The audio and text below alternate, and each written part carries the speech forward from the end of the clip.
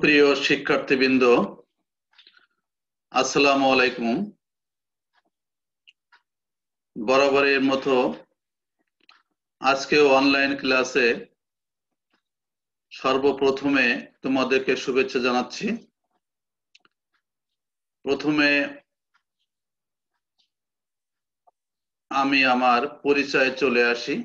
আমি মোহাম্মদ আকবর আলী, সহকারী অধ্যাপক ও বিভাগীয় প্রধান, ভূগোল ও পরিবেশ বিভাগ, মুক্তিযোদ্ধা কলেজ, যশোর।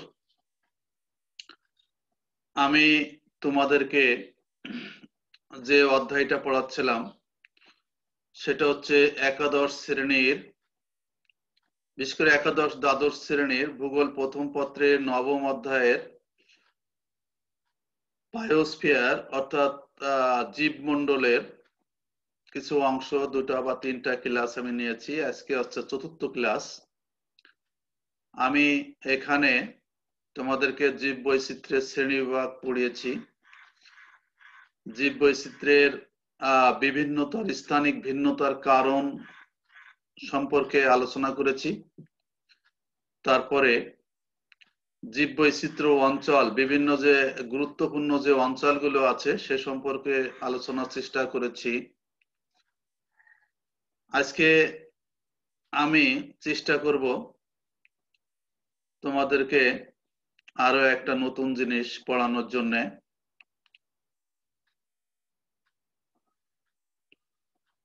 দেখো, আজকে আসি পাঠ পরিস্থিতি, বিষয় ভূগোল প্রথম পত্র, অধ্যায় নবম, জীবমণ্ডল, শ্রেণী একাদশ ও দ্বাদশ। আজকের যে পাঠ শিরোনামটা হবে সেটা হচ্ছে জীব বৈচিত্র্যের গুরুত্ব। তাহলে আমরা আজকে এই পাঠদানের মাধ্যমে যে শিখন ফলটা আসবে, লার্নিং আউটপুটটা আসবে, সেটা হচ্ছে আজকের এই পাঠ শেষে শিক্ষার্থীরা জীব বৈচিত্র্যের বিভিন্ন বিষয়ে, বিভিন্ন ক্ষেত্রে জীব বৈচিত্র্যের গুরুত্ব সম্পর্কে একটা সম্যক ধারণা লাভ করবে এবং সে সম্পর্কে বিস্তারিত ব্যাখ্যা প্রদান করতে পারবে। প্রথমে আমরা এই বিষয়ে একটা ভিডিও দেখি।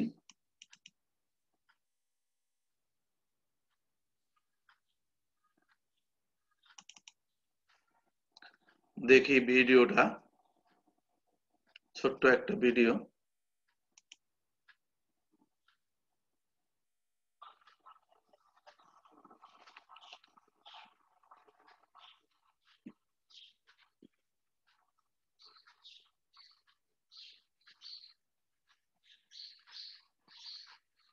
দেখো, এখানে ইম্পর্টেন্স অফ বায়োডাইভার্সিটি, যে বিভিন্ন ক্ষেত্রে আমাদের জীব বৈচিত্র্যের যে গুরুত্বটা রয়েছে সেখানে আলোচনা করা হচ্ছে। এখানে বিভিন্ন প্রকার কীট পতঙ্গ যা আমাদের উপকার করে থাকে, সৌন্দর্য বর্ধন করে, দোয়েল পাখি যারা এবং মৌমাছি যেটা আমাদের মধু সংগ্রহে সহায়তা করে, পাখি যা সৌন্দর্য বন্ধনে করে, হরিণ যেটা অত্যন্ত সাংস্কৃতিক এবং সৌন্দর্য বর্ধনে আমাদেরকে সহায়তা করে।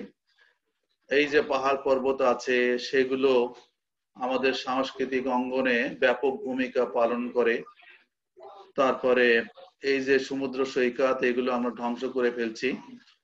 এগুলো এই যে সমুদ্র স্রোত, বিভিন্ন জায়গায় যে জীব বৈচিত্র্য প্রাণী আছে, শাপলা ফুল, বিভিন্ন ক্ষুদ্র ক্ষুদ্র প্রাণী আছে, এখানে মুরগি আছে যা আমাদের অর্থনৈতিক উন্নয়নে খাদ্য সরবরাহ করে থাকে। তারপরে মেডিসিন, বিশেষ করে ঔষধ তৈরিতেও এই জীব বৈচিত্র্য আমাদের গুরুত্বপূর্ণ ভূমিকা পালন করে থাকে। অধিকাংশ ঔষধগুলি ভেষজ বা অধিকাংশ ঔষধগুলি কিন্তু আমাদের এই জীব বৈচিত্র্য থেকে আসে। অর্থনৈতিক উন্নয়নে বিশেষ করে জ্বালানি হিসাবে কাঠ ব্যবহার হয়। এইখানে আসলে দেখো, বড় হাতি, কাকড়া ইত্যাদি, এছাড়াও তারপরে রয়েছে পাহাড় পর্বত, এখানে বিভিন্ন ধরনের প্রাণী, উদ্ভিদ, মোটামুটি এগুলো অত্যন্ত গুরুত্ববর্ধক আমাদের প্রাকৃতিক পরিবেশে, আমাদের যেখানে বসবাস করি, আমাদের সাংস্কৃতিক পরিবেশে। এই যে নদী, সুন্দরবন, যাই হোক, এগুলোর গুরুত্ব অপরিসীম। এ সম্পর্কে আমরা এই ক্ষুদ্র ক্ষুদ্র প্রাণী গবেষণার ক্ষেত্রেও এটা গুরুত্ব বহন করে।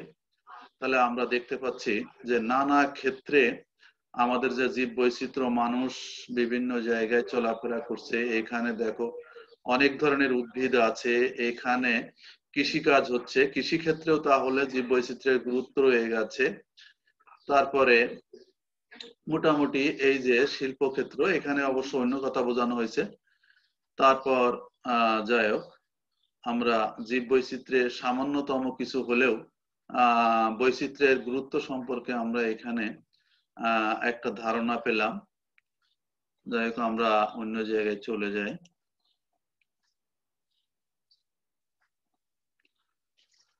আমরা যদি দেখো, তোমরা খাতা কলম নিয়ে রেডি হও। এখন আমি জীব বৈচিত্র্যের যে গুরুত্ব রয়েছে তাগুলো কয়েকটি পয়েন্টে আকারে যদি আমরা প্রকাশ করে থাকি, সেটা এক নজরে যদি দেখি, বাস্তুতন্ত্রের ভারসাম্য রক্ষায় জীব বৈচিত্র্য, কৃষিক্ষেত্রে জীব বৈচিত্র্যের গুরুত্ব, মানব স্বাস্থ্য রক্ষায় জীব বৈচিত্র্য, জীব বৈচিত্র্যের অর্থনৈতিক গুরুত্ব, জীব বৈচিত্র্যের নান্দনিক গুরুত্ব, ইকো ট্যুরিজমে জীব বৈচিত্র্যের গুরুত্ব, সর্বশেষ যেটা দেখিয়েছি জীব বৈচিত্র্যের সাংস্কৃতিক গুরুত্ব।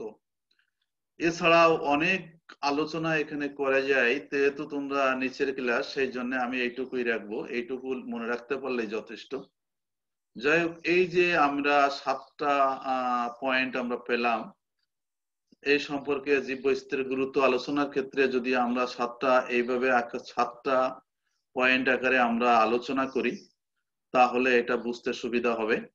এবং আমি মনে করি যে এইগুলো যদি তোমরা মনে রাখতে পারো, তাহলে তোমাদের এই বিষয়ে যে ধরনের প্রশ্ন আসুক না কেন, বিশেষ করে এই যে গুরুত্ব, এই গুরুত্ব সম্পর্কে কিন্তু এখানে যে কোনো একটা বিষয় দিতে পারে। জীব বৈচিত্র্যের সাংস্কৃতিক ক্ষেত্রে জীব বৈচিত্র্যের গুরুত্ব আলোচনা করো, অর্থাৎ আমাদের যে সৃজনশীল প্রশ্নটা পড়ে, তখন এখানে বিভিন্ন ক্ষেত্রে এই জীব বৈচিত্র্যের গুরুত্বটা ঘ নম্বর প্রশ্নে চলে আসতে পারে। সেজন্য এই বিষয়টা কিন্তু অত্যন্ত গুরুত্বপূর্ণ। প্রথমে আমরা আসি, যেটা আছে সেটা হচ্ছে যে বাস্তুতন্ত্রের ভারসাম্য রক্ষায় জীব বৈচিত্র্য।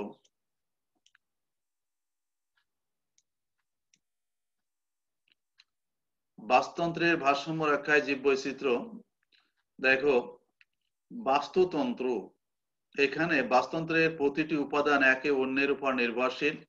এখানে একটি প্রজাতি বিলুপ্ত বা ক্ষতিগ্রস্ত হলে অন্য প্রজাতির অস্তিত্ব হুমকির সম্মুখীন হয়। বিশেষ করে খাদ্য শৃঙ্খল সম্পূর্ণ জৈববৈচিত্র্যের উপর নির্ভরশীল। তাই বলা যায় বাস্তুতন্ত্রের ভারসাম্য রক্ষায় জীব বৈচিত্র্যের গুরুত্বপূর্ণ। এখানে দেখো বাস্তুতন্ত্র, এখানে এই যে বাঘ দেখা যাচ্ছে, পাখি দেখা যাচ্ছে, এখানে হরিণ আছে। হরিণ কি খায়? হরিণ কিন্তু সবুজ উদ্ভিদ খেয়ে বেঁচে থাকে। পাখি বিভিন্ন পোকামাকড় খেয়ে বেঁচে থাকে, বাঘ কিন্তু এই হরিণ খেয়ে বেঁচে থাকে। তাহলে বাস্তুতন্ত্রের ভারসাম্য রক্ষা হতে হলে একটা বনভূমিতে, একটা বায়োমে কি থাকতে হবে? সেখানে উদ্ভিদ থাকতে হবে, সেখানে পাখি থাকতে হবে, সেখানে বড় প্রাণী থাকতে হবে, সেখানে সাপ থাকতে হবে, সেখানে মাছ থাকতে হবে, বিভিন্ন ফল থাকতে হবে। তাহলেই কিন্তু একটা বাস্তুতন্ত্রের ভারসাম্য রক্ষা হবে। তাহলে আমরা কি বুঝলাম? এখানে আমি একটা সংক্ষিপ্ত আলোচনায় আসি যে বাস্তুতন্ত্রের যদি ভারসাম্য রক্ষা করতে হয়, তাহলে বাস্তুতন্ত্র টিকাতে বা তাহলে এই যে জীব বৈচিত্র্যের সমৃদ্ধ হতে হবে। জীব বৈচিত্র্য যদি সমৃদ্ধ না হয়, সেখানে বাস্তুতন্ত্র টিকবে না। যাই হোক, তাহলে বাস্তুতন্ত্রের ভারসাম্য রক্ষায় জীব বৈচিত্র্যের গুরুত্ব আমরা অপরিসীম বলতে পারি। এবার আসো কৃষিক্ষেত্রে জীব বৈচিত্র্যের গুরুত্ব। এখানে একটা ছবি দেওয়া আছে, তোমরা দেখো। এখানে কৃষি কাজ করছে, এখানে ধান উৎপাদন করছে। প্রাচীন কাল থেকে বর্তমান সময় পর্যন্ত মানুষ তার খাদ্যের জন্য জীব বৈচিত্র্যের উপর নির্ভরশীল। বর্তমান চাষকৃত বিভিন্ন শস্য, বিভিন্ন প্রকার বন্য জগতের উদ্ভিদের জিনগত উন্নতির ফল। বিভিন্ন বন্য উদ্ভিদের জিন ব্যবহারের মাধ্যমে যেমন ফলন বৃদ্ধি সম্ভব হয়েছে, তেমনি রোগ প্রতিরোধ ক্ষমতা সম্পন্ন খরা সহিষ্ণু বিভিন্ন প্রকার উদ্ভিদের জাত উদ্ভাবন সম্ভব হয়েছে। এভাবে জীববৈচিত্র্য মানব জাতির খাদ্য যোগানে অবদান রেখেছে।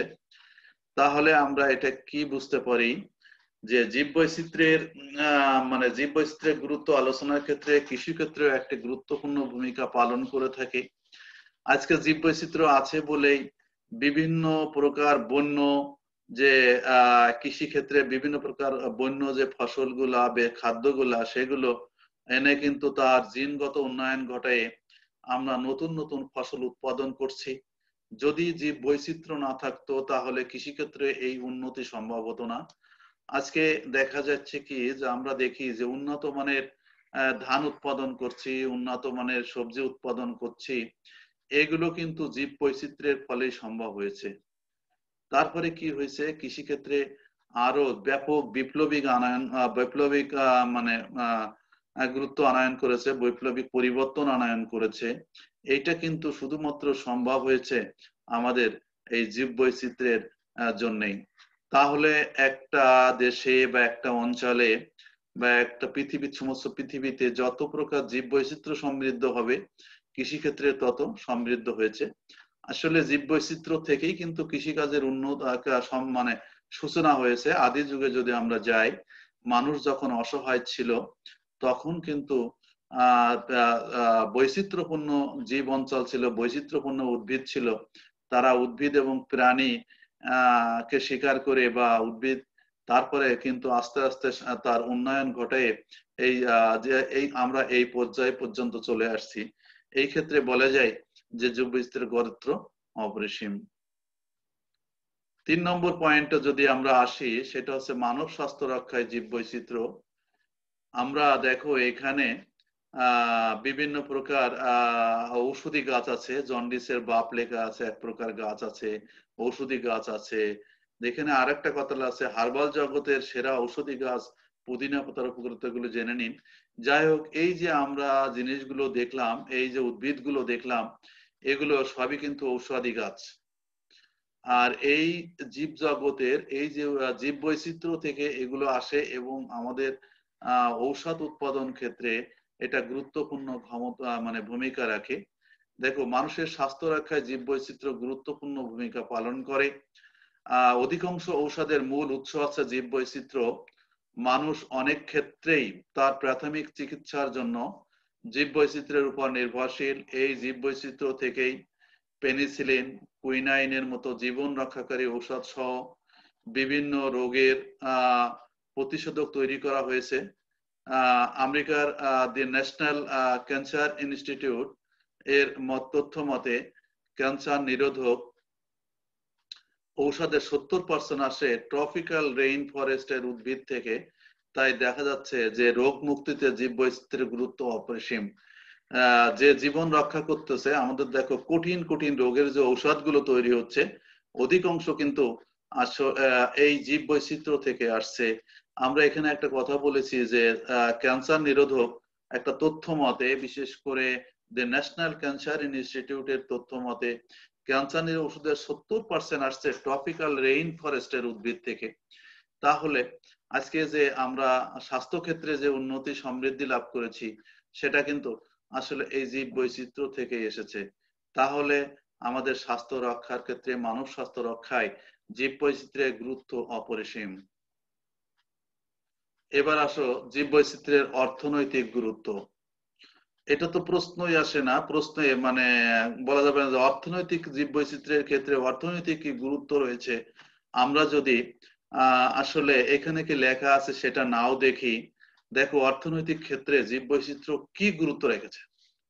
আমরা এই যে দেখা যাচ্ছে যে এখানে ছবি দেখছো, কাঠ আছে, এগুলো কি করছি আমরা আসবাবপত্রে ব্যবহার করছি, তারপরে জ্বালানি হিসেবে ব্যবহার করছি, তারপরে আমরা যে জীব থেকে যে মৌমাছি যে মধু মানে মৌচাক বাচ্চা তা থেকে আমরা মধু সংগ্রহ করছি, গাছ আমাদেরকে ফল প্রদান করছে, সেগুলো বিক্রি করে আমরা অর্থনৈতিক সমৃদ্ধি লাভ করছি।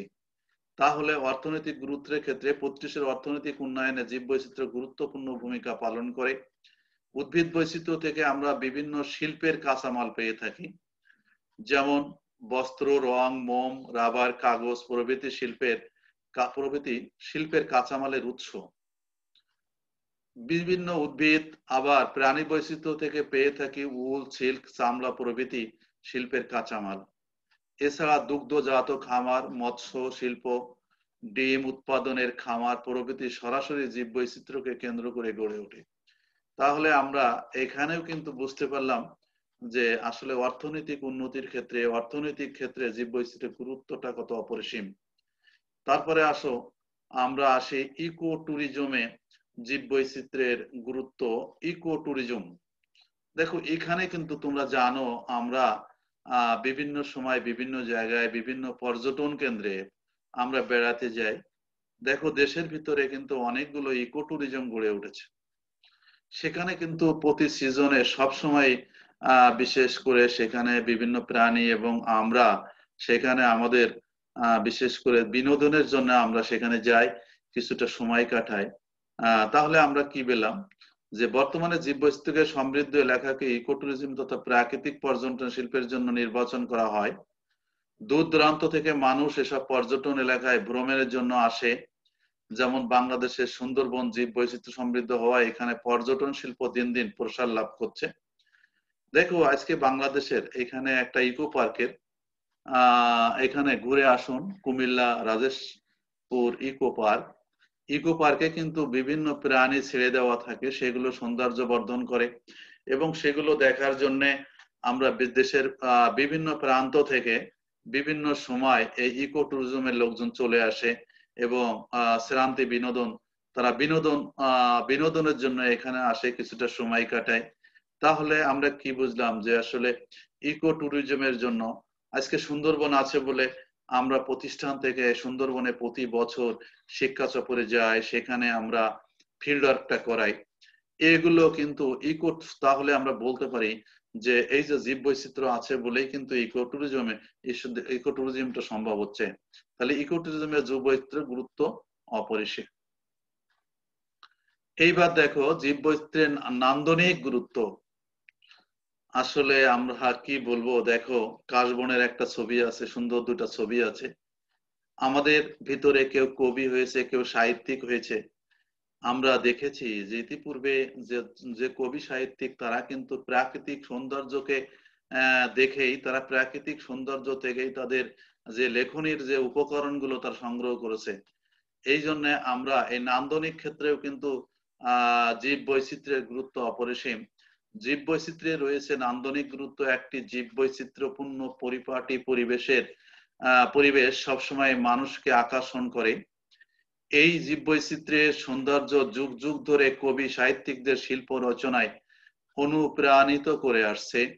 জীববৈচিত্র্য মানুষের অবকাশ যাপনকে সমৃদ্ধ করে। অতএব বলা যায় যে প্রাকৃতিক পরিবেশের ভারসাম্য রক্ষা থেকে শুরু করে ব্যবসা বাণিজ্য অর্থনৈতিক সর্বক্ষেত্রে জীববৈচিত্র্যের গুরুত্ব অপরিসীম। তাহলে আমরা বুঝলাম যে আমরা যখন মানে বিশেষ করে আমাদের যে লেখনের যে বিভিন্ন উপাদান, আমাদের অবকাশ যাপনের যে বিভিন্ন উপাদান, সেগুলো কিন্তু সবই কিন্তু জীব বৈচিত্র্য থেকে সংগৃহীত। জীব বৈচিত্র্য থেকে জীব বৈচিত্র্য আমাদের অনুপ্রাণিত করেছে যুগে যুগে। তাহলে এক্ষেত্রেও জীব বৈচিত্র্যের গুরুত্ব অপরিসীম। এবার আসি আরো একটি গুরুত্ব, সাংস্কৃতিক গুরুত্ব। আমরা যে পোশাক পরি, আমরা যে বেড়াতে যাই, আমরা যে মিছিল করি, আমরা যে ঘর বাড়ি তৈরি করি, আমরা যা করি না কেন, যে আচরণই করি না কেন, সংস্কৃতি কিন্তু সবই কিন্তু সংস্কৃতির অংশ। দেখো এখানে অনেকগুলো ছবি আছে, আমরা আগেই ছবিতে চলে আসি। এখানে দেখো একটা সাংস্কৃতিক পরিমণ্ডল, সেখানে হয়তো একটা মেলা হচ্ছে, সেখানে বিভিন্ন প্রকার উদ্ভিদ দেখানো হয়েছে, বিভিন্ন প্রকার প্রাণীর ছবি দেখানো হয়েছে। এখানে সৌন্দর্য বর্ধন করার জন্য এগুলো করা হয়েছে। তাহলে সাংস্কৃতিক এক্ষেত্রে গুরুত্বপূর্ণ ভূমিকা পালন করছে। এটা একটা পাহাড়ি অঞ্চল, সেখানে উদ্ভিদ প্রাণী আছে, সেখানে কিন্তু একটা সুন্দর গাছের পরে বা উপরে গাছ মানে একটা বাড়ি তৈরি করা হয়েছে। এগুলো কিন্তু সৌন্দর্য বর্ধন করছে সাংস্কৃতিক ক্ষেত্রে। যে বিশেষ করে আমাদের যে নৃগোষ্ঠী আছে, সেগুলো কিন্তু অধিকাংশ বৈচিত্র্যপূর্ণ যে জীব বৈচিত্র্যপূর্ণ এলাকায় তাদের বাড়িঘর তৈরি করে থাকে। তারপরে দেখো আরো আসতে পারি যে বিশ্ব শান্তির জন্য বিশ্ব সাংস্কৃতিক বৈচিত্র্য দিবস পালন করার জন্য যে শান্তির প্রতীক হিসেবে আমরা কবুতরকে ব্যবহার করছি, এটাও কিন্তু আমরা এর উপাদানগুলো আমরা সংগ্রহ করেছি জীব বৈচিত্র্য থেকে। আমাদের জাতীয় যে প্রাণী আছে সেটাকে আমরা বাঘকে জাতীয় প্রতীক হিসেবে ব্যবহার করছি। বিশ্ব প্রাণী দিবসে আমরা বাঘের প্রতীক ব্যবহার করছি। সাংস্কৃতিক ক্ষেত্রেও কিন্তু এই যে বিভিন্ন পোশাক পরিচ্ছদের ক্ষেত্রেও তাদের যে আচার আচরণের ক্ষেত্রে যে জীব বৈচিত্র্যের গুরুত্ব আছে সেটাও ফুটে উঠেছে। পিছনে একটা নদী আছে, পিছনে উদ্ভিদ জগৎ আছে, মাঠ আছে, এগুলোও কিন্তু জীব বৈচিত্র্যের মানে একটা সংস্কৃতিতে গুরুত্বপূর্ণ ভূমিকা পালন করে আসছে। দেখো বর্তমান ও ভবিষ্যৎ প্রজন্মের জন্য জীব বৈচিত্র্যের সাংস্কৃতিক গুরুত্ব বোঝার জন্য এই মুহূর্তে সংরক্ষণ প্রয়োজন। জীব বৈচিত্র্যে প্রাকৃতিক পরিবেশে মানুষের উদ্দীপনা, মানবিকতা, আধ্যাত্মবোধ ও শিক্ষার প্রধান উপকরণ। বাংলাদেশের সংস্কৃতিতে বাঘ, ভাল্লুক, শিয়াল, কুমির, ময়ূর, সাপ ও বিভিন্ন গাছপালা বারংবার বর্ণিত হয়েছে। বাঘ আজ বাংলাদেশের প্রকৃতিকে পরিণত হয়েছে। পাহাড়ি অঞ্চলে জীব বৈচিত্র্যকে ঘিরে গড়ে উঠেছে বিভিন্ন নৃগোষ্ঠী জাতি। আমরা এ থেকেই বুঝতে পারি যে জীব বৈচিত্র্য ও মানুষ এক সূত্রে গাঁথা, সবাই পরিবেশের অংশ। এক অংশের ক্ষতি কখনো অন্য অংশের সুখের কারণ হতে পারে না। সুস্থ সাংস্কৃতিক পরিমণ্ডল গড়ে তুলতে হলে চাই অটুট জৈব বৈচিত্র্য। যাই হোক, তাহলে আমরা সাংস্কৃতিক ক্ষেত্রে জীব বৈচিত্র্যের যে অপরিসীম গুরুত্ব রয়েছে, জীব বৈচিত্র্যের যে গুরুত্বপূর্ণ ভূমিকা রয়েছে সেগুলো আমরা জানতে পারলাম।